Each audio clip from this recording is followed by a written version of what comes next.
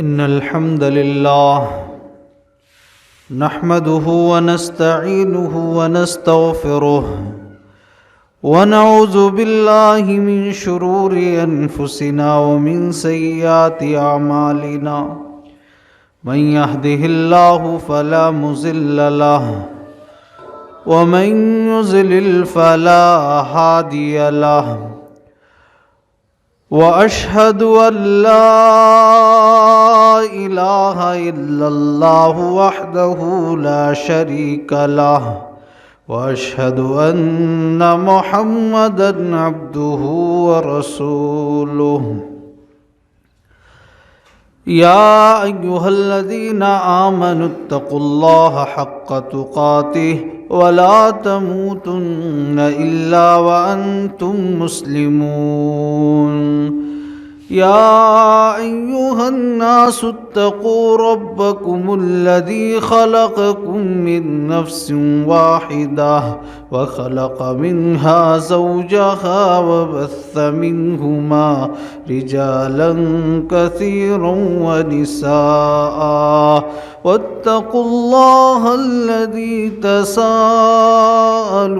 به والأرحام إن الله كان عليكم رقيبا يا أيها الذين آمنوا اتقوا الله وقولوا قولا سديدا يصلح لكم أعمالكم ويغفر لكم ذنوبكم ومن يطع الله ورسوله فقد فاز فوزا عظيما أما بعد فإن خير الحديث كتاب الله وخير الهدي هدي محمد صلى الله عليه وسلم وشر الأمور محدثاتها وكل محدثة بدعة وكل بدعة ضلالة وكل ضلالة في النار أعوذ بالله السميع العليم من الشيطان الرجيم بسم الله الرحمن الرحيم قاف والقرآن المجيد بل عجبوا أن جاءهم منذر منهم فقال الكافرون هذا شيء عجيب أئذا متنا وكنا ترابا ذلك رجع بعيد قد علمنا ما تنقص الأرض منهم وعندنا كتاب حفيظ وقال الله تبارك وتعالى في موضع آخر بسم الله الرحمن الرحيم ويل لكل همزة لمزة الذي جمع مالا وعدده يحسب أن ماله أخلده كلا لينبذن في الحطمة وما أدراك ما الحطمة نار الله الموقدة التي تطلع على الأفئدة إنها عليهم مؤصدة في عمد ممددة رب اشرح لي صدري ويسر لي أمري واحلل عقدة من لساني يفقه قولي رب زدني علما اللهم رب زدني علما تمام قسم کی تعریف ہے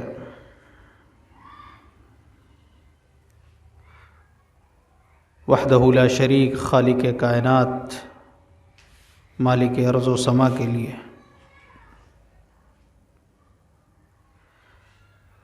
بعدہ درود و سلام ہو تمام نبیوں پر بالخصوص امام الانبیاء سید الرسل تاجدار مدینہ رحمت للعالمین محسن انسانیت امام الانبیاء سید الرسل احمد مجتبی محمد مصطفیٰ پر صلی اللہ علیہ وسلم۔ معزز حاضرین جمعہ، خطبہ مسنونہ کے بعد 30ویں پارے سے ایک چھوٹی سی سورہ تلاوت کی گئی جس کا نام ہے سورہ ہمزہ۔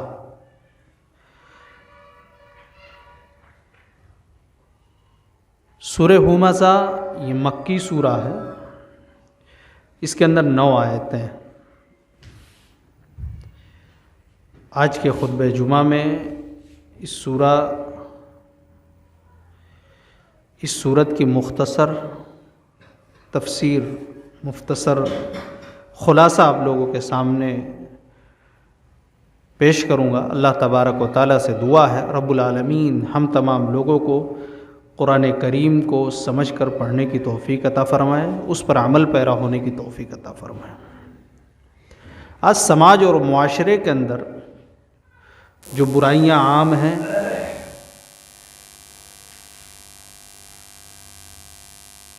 طرح طرح کی نئی برائی پنپ رہی ہے ہمارے اور آپ کے سامنے، اور امت مسلمہ کا اکثر و بیشتر فرد، اکثر و بیشتر لوگ وہ گمراہی کی طرف بھاگ رہے ہیں۔ اس کی سب سے بڑی وجہ یہ ہے کہ ہمارے پاس سب سے عظیم کتاب، سب سے فضیلت والی کتاب،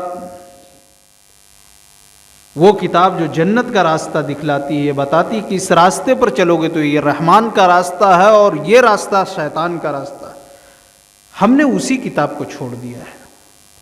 نہ تو ہمارے گھروں میں آج قرآن کریم کی تلاوتیں ہو رہی ہیں، نہ تو ہمارے گھروں کے اندر ایسا معاملہ ہے کہ ہم قرآن کریم کی تلاوت کریں اور اس کی قرآن کریم کی آیتوں کو سمجھ کر پڑھنے کی کوشش کریں اور پھر اس پر عمل کرنے کی کوشش کریں۔ قرآن ہی وہ واحد کتاب ہے جو سماج کے اندر سے برائیوں کا خاتمہ کر سکتا ہے۔ لیکن افسوس کا مقام ہے، اتنی عظیم کتاب اللہ کی طرف سے ہمارے نبی پر نازل ہوئی اور ہم تمام لوگوں کے بیچ میں موجود ہے، صبح قیامت تک وہ کتاب موجود رہے گی، اس کا ایک ایک حرف باقی ہے اور باقی رہے گا۔ اللہ تبارک و تعالیٰ نے اس کی ذمہ داری لے رکھی ہے، لیکن اس کتاب کو ہم نے طاقوں میں سجا دیا۔ بہت سے لوگ ہیں تلاوت تو کرتے ہیں لیکن سمجھ کر نہیں پڑھتے۔ میں اسی لیے کہتا ہوں کہ قرآن کریم کی 2 آیتیں روز پڑھیے، 2 آیتیں، صرف 2 آیتیں، 3 آیتیں، لیکن اس کے ترجمے کو کم سے کم ضرور پڑھیے اور اس کی تفسیر مختصر جو ہوتی ہے آپ اس کو پڑھیے تاکہ سمجھیں آپ کہ قرآن ہم سے کیا مطالبہ کر رہا ہے، قرآن ہم سے کیا چاہ رہا ہے، قرآن کا حکم کیا ہے، اللہ کا فرمان کیا ہے اور ہم کیا کر رہے ہیں، سماج اور معاشرے کے اندر ہمارا کردار کیا ہے۔ اللہ تبارک و تعالیٰ نے فرمایا وَيْلٌ لِكُلِّ هُمَزَةٍ لُمَزَةٍ، ویل ہے ہر ایسے شخص کے لیے جو لوگوں کے عیب کو ٹٹولنے والا ہو، برائی کرنے والا ہو۔ وَيْلٌ لِكُلِّ هُمَزَةٍ لُمَزَةٍ، بربادی ہے اس شخص کے لیے جو لوگوں کے عیب کو ٹٹولنے والا ہو اور غیبت کرنے والا ہو۔ ویل یہ جہنم کے ایک طبقہ کا نام ہے۔ اللہ تبارک و تعالیٰ نے ویل کا استعمال ویل کئی جگہوں پر اللہ تبارک و تعالیٰ نے کہا ہے، ویل اس شخص کے لیے، ویل للمطففین،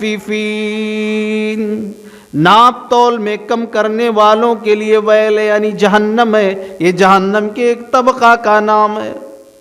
فویل للمصلین، ان نمازیوں کے لیے بھی ویل ہے، بربادی ہے، جہنم ہے، جو اپنی نمازوں میں سستی اور کاہلی کرتے ہیں۔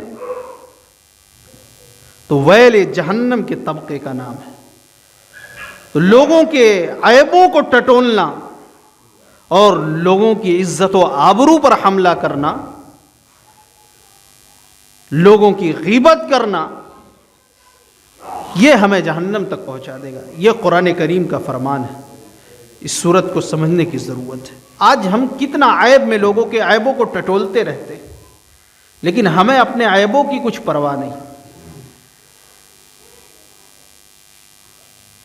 اپنے عیبوں کی ہمیں کچھ بھی پرواہ نہیں.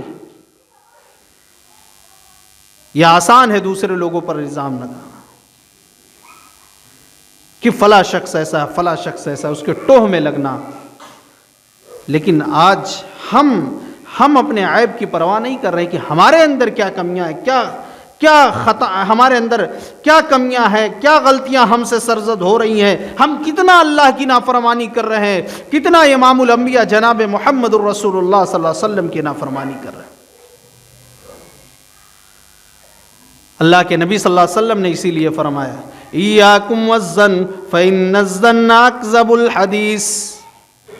لوگوں زیادہ بدگمانی سے بچو، برے گمان سے بچو، لوگوں کے بارے میں اچھا گمان کرو، اس لیے بات زیادہ بدگمانی یہ جھوٹ ہے. فإن الظن اکذب الحدیث، بات بدگمانی یہ جھوٹ ہوتی ہے. ولا تجسسوا، اللہ کے نبی صلی اللہ علیہ وسلم آگے فرماتے ہیں لوگوں کے عیبوں کو مت ٹٹولو، لوگوں کے بارے میں جاسوسی نہ کرو، لوگوں سے حسد نہ رکھو، لوگوں سے بغض نہ رکھو. وَكُونُوا عِبَادَ اللَّهِ اخوانا، اے اللہ کے بندو تم آپس میں بھائی بھائی بن کے رہو. اللہ کے نبی صلی اللہ علیہ وسلم سے سوال کیا گیا، عقبہ بن عامر رضی اللہ عنہ نے سوال کیا من نجاح، اے اللہ کے نبی کامیابی کس طرح ممکن ہے، آخرت میں ہم کامیاب کس طرح ہو سکتے ہیں؟ جناب محمد الرسول اللہ صلی اللہ علیہ وسلم نے فرمایا امسک علیک لسانک، اے عقبہ اپنی زبان کو کنٹرول میں رکھو. اسی زبان سے ہم لوگوں کی عزت و آبرو پر حملہ کرتے ہیں، لوگوں کی غیبت کرتے ہیں، لوگوں پر ناجائز الزام لگاتے ہیں. اللہ کے نبی فرماتے عقبہ جنت چاہتے ہو، آخرت میں کامیابی چاہتے ہو تو اس زبان کو کنٹرول میں رکھو.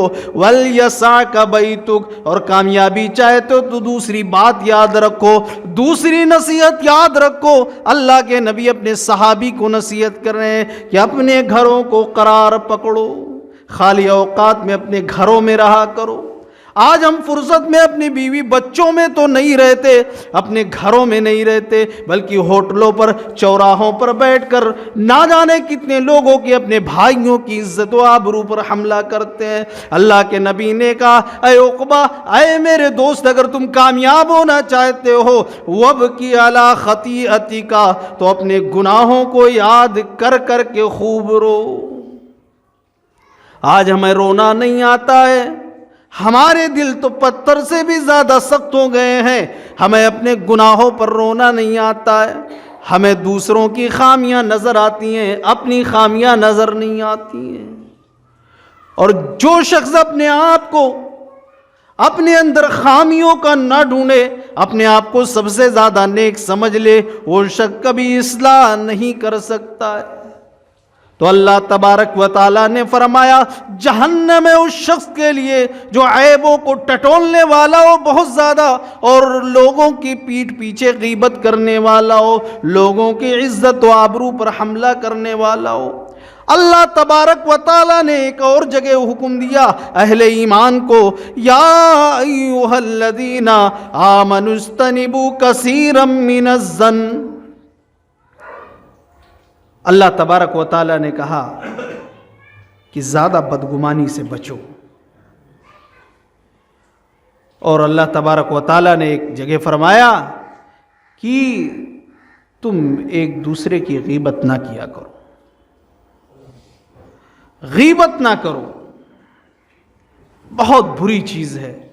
قرآن مجید کی ویل اللہ تبارک و تعالیٰ نے کہا جہنم ہے اس شخص کے لیے. دن بھر میں ہم کتنے لوگوں کی غیبت کرتے ہیں؟ غیبت معلوم ہے کسے کہتے ہیں؟ ہم کسی کے بارے میں اگر وہ بات کر رہے ہیں اور ہمارا بھائی وہ بات اگر سنے تو ناپسند کرے، وہی غیبت ہے. اللہ کے نبی صلی اللہ علیہ وسلم نے یہی سمجھایا.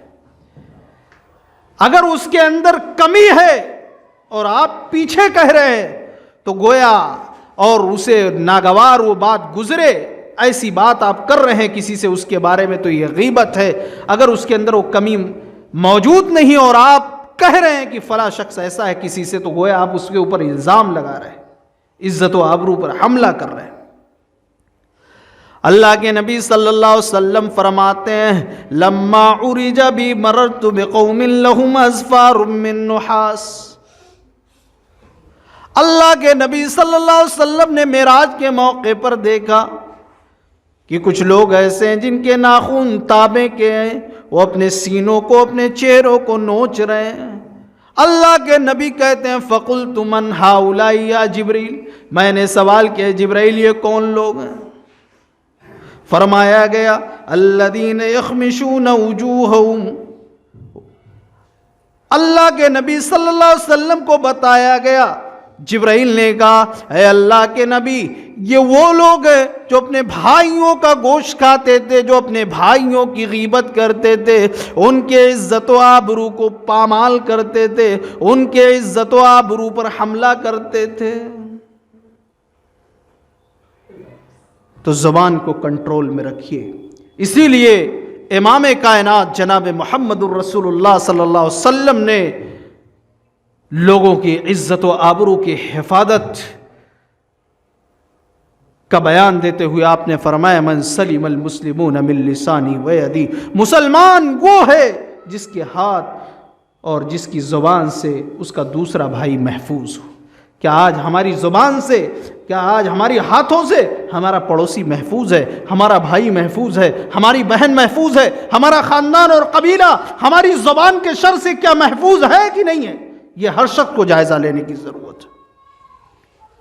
تو ویل لکل ہمزۃ لمزہ، اور کس کے لیے ویل ہے جہنم ہے؟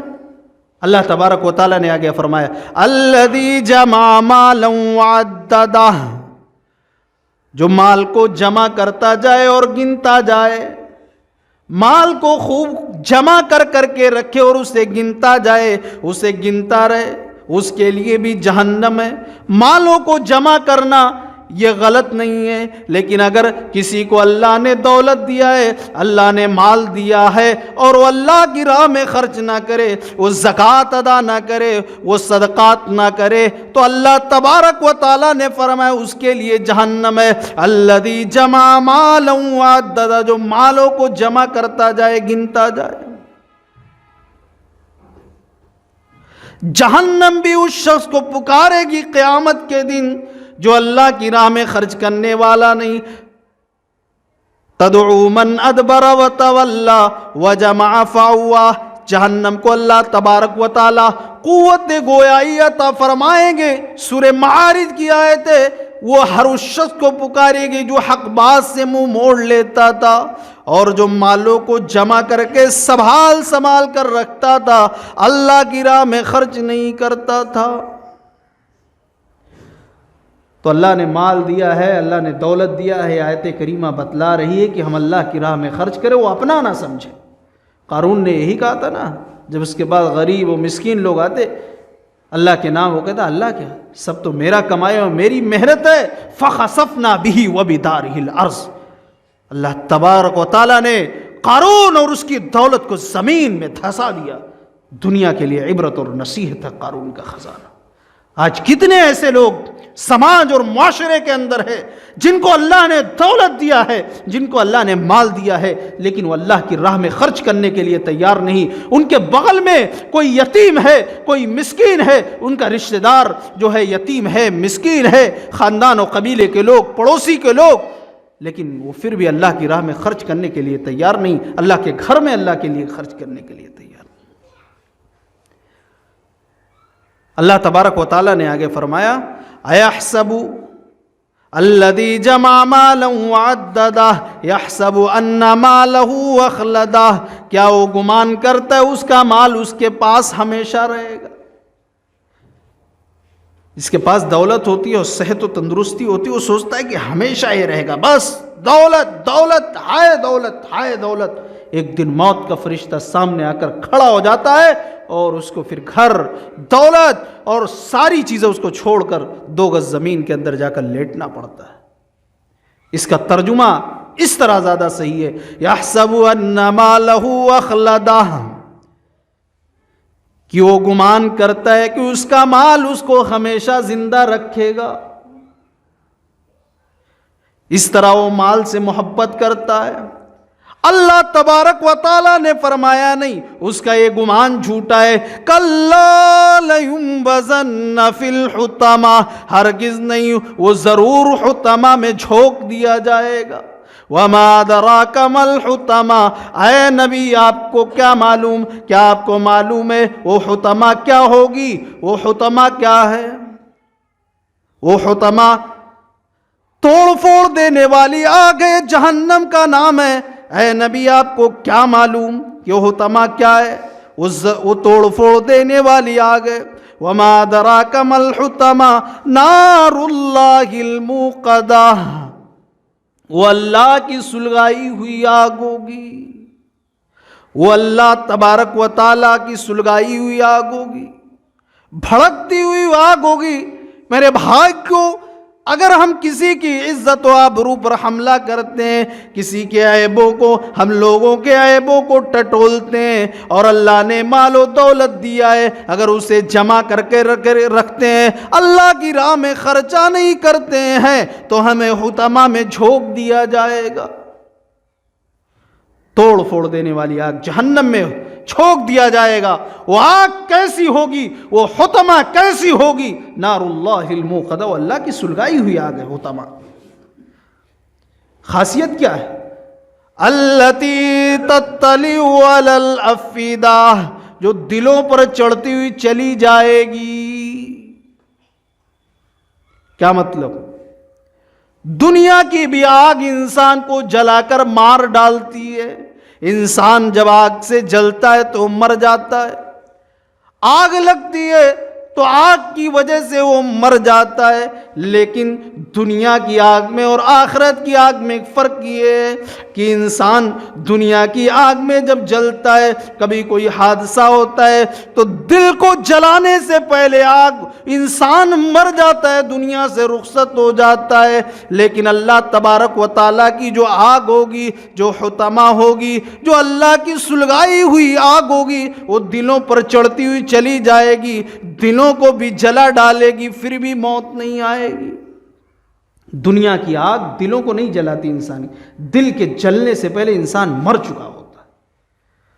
لیکن اللہ کی جو سلگائی ہوئی آگ ہوگی، اللہ نے کہا دلوں پر چڑھتی ہوئی چلی جائے گی، پھر بھی موت نہیں آئے گی۔ انسان موت کی آرزو کرے گا، پھر بھی موت نہیں آئے گی۔ موت کو بھی اس دن ذبح کر دیا جائے گا بلا کر، اور کہا جائے گا اے جہنمیو، تمہاری جو آرزو ہے کہ آج موت آ جائے، اب موت کو بھی موت نہیں آنی۔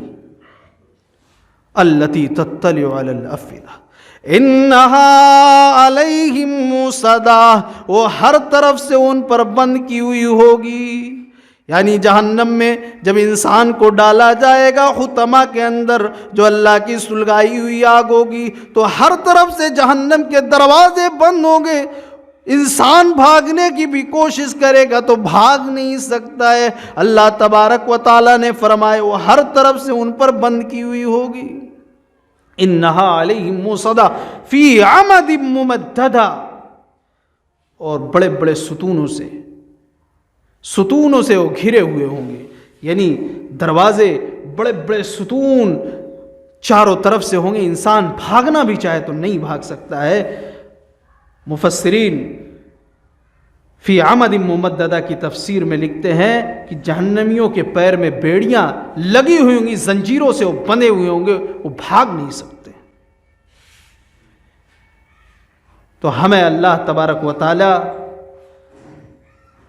کی جو سلگائی ہوئی آگ ہے اس سے بچنا ہے، بلکہ اللہ کی رحمت کا مستحق بننا ہے اور جنت میں داخل ہونا ہے۔ تو جنت میں داخل ہونے کے لیے ہمیں اس زبان پہ بھی کنٹرول کرنا ہوگا، ہمیں اس زبان پر کنٹرول کرنا ہوگا۔ اور اللہ نے اگر دولت دیا ہے، مال دیا ہے، یہ صورت بتلا رہی ہے، تو ہم اللہ کی راہ میں خرچ کریں، ورنہ جہنم کی آگ سے ہم اور آپ بچ نہیں سکتے۔ اللہ کے نبی صلی اللہ علیہ وسلم نے اسی لیے فرمایا من کان یؤمن باللہ والیوم الآخر فلیقل خیرا او لیصمت، کہ جو شخص اللہ پر اور آخرت کے دن پر ایمان رکھتا ہے، اسے چاہیے کہ جب بھی وہ کوئی بات کرے تو بھلی بات کہے، اچھی بات کہے، ورنہ خاموش رہے۔ آج تو ہماری زبانیں چلتی رہتی ہیں، یہ خاموش نہیں ہوگی۔ اللہ کے نبی صلی اللہ علیہ وسلم نے کہا جنت چاہتے ہو، میں تمہیں دنیا میں جنت کی ضمانت دیتا ہوں۔ دنیا کے اندر تم دو چیزوں کی ضمانت دے دو، یہ دو جبڑوں کے درمیان زبان کی، اور دو رانوں کے درمیان، دونوں ٹانگوں کے درمیان شرمگاہ کی حفاظت کی ضمانت دے دو، میں تمہیں جنت کی ضمانت دیتا ہوں۔ تم اس بات کی ضمانت دو کہ اس زبان سے کسی کی عزت و آبرو پر حملہ نہیں کریں گے، اس زبان سے کسی کی غیبت نہیں کریں گے، اس زبان سے چغل خوری نہیں کریں گے، اس زبان سے گالی نہیں دیں گے، اس زبان سے کفر نہیں بکیں گے، اس زبان سے شرک نہیں بکیں گے۔ اس زبان سے اگر ادا ہوگی تو اس زبان سے اللہ کے ذکر، اس زبان کو اللہ کے ذکر سے تر رکھیں گے، اللہ کو یاد کریں گے، تو ہم تمہیں جنت کی ضمانت دنیا میں دیتے ہیں کہ ایسا سچ جنتی۔ ہم اور آپ اپنے آپ سے جائزہ لیں کہ ہماری اور آپ کی کیا حالت ہے۔ تو زبان پر کنٹرول رکھیں۔ اس صورت سے بات معلوم ہوئی، اور اللہ نے دولت دیا تو اللہ کی راہ میں خرچ کریں۔ مال خرچ کرنے سے کبھی گھٹتا نہیں۔ آپ اللہ کی راہ میں خرچ جتنا زیادہ کریں گے اتنا زیادہ اللہ تبارک و تعالیٰ اور دیں گے۔ یہ مختصر سا ترجمہ اور مفہوم آپ کے سامنے سورہ ہمزہ کا پیش کیا گیا۔ اللہ تبارک و تعالیٰ سے دعا ہے رب العالمین ہم تمام لوگوں کو قرآن کریم کی ہر ایک آیت کو سمجھ کر پڑھنے کی توفیق عطا فرمائے، اس پر عمل پیرا ہونے کی توفیق عطا فرمائے۔ آمین۔ وآخر دعوانا الحمدللہ۔